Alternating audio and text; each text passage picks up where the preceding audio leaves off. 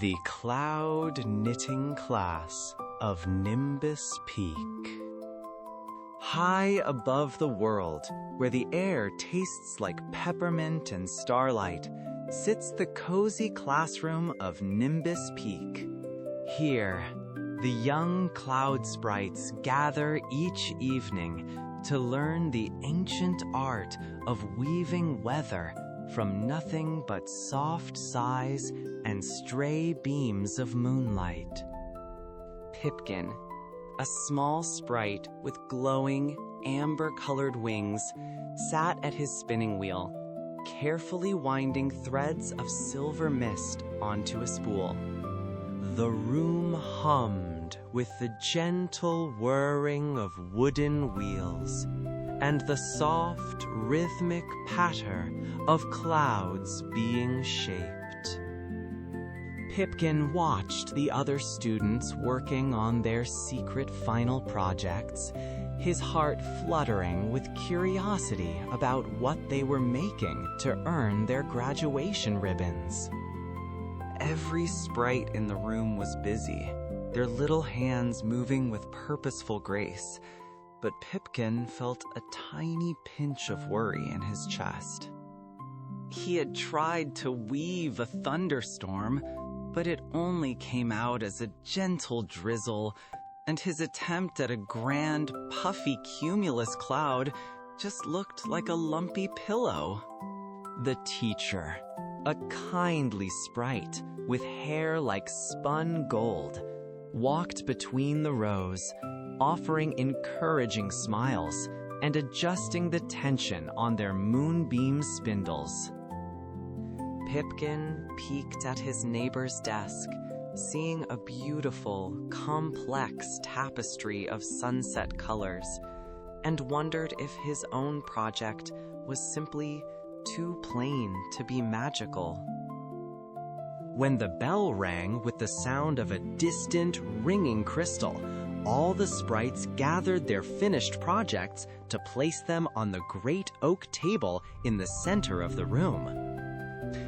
Pipkin lagged behind, clutching his own basket, which held nothing but a tangled, shapeless pile of gray and white woolly wisps.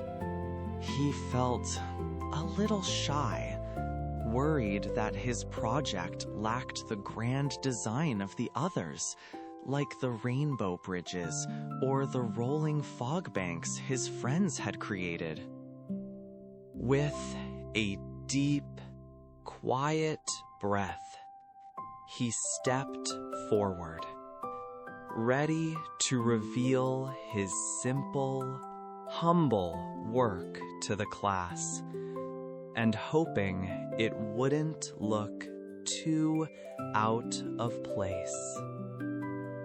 As the teacher lifted the cloth covering the great oak table, the room fell into a hush of wonder.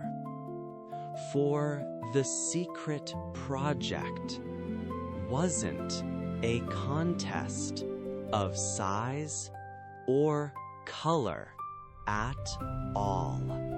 The teacher explained that the final lesson was to craft something that brought peace to the sleeping world below, not something that simply showed off a sprite's skill. Pipkin looked at his own basket and realized his simple, soft wisps were actually the perfect material for a gentle, dream-filled fog. He had unknowingly woven the most soothing cloud of all, designed to wrap the world in a quiet blanket of rest, while children slept soundly in their beds. Pipkin smiled as he placed his soft, gray cloud onto the pile, feeling a warm glow spread from his wings to his toes. The sprites worked together to release their creations, sending a gentle, sleepy mist drifting down toward the earth, carrying dreams of soft meadows and calm seas. The classroom grew quiet as the work ended, the spinning wheels slowing to a restful stop as the moon rose higher in the velvet sky.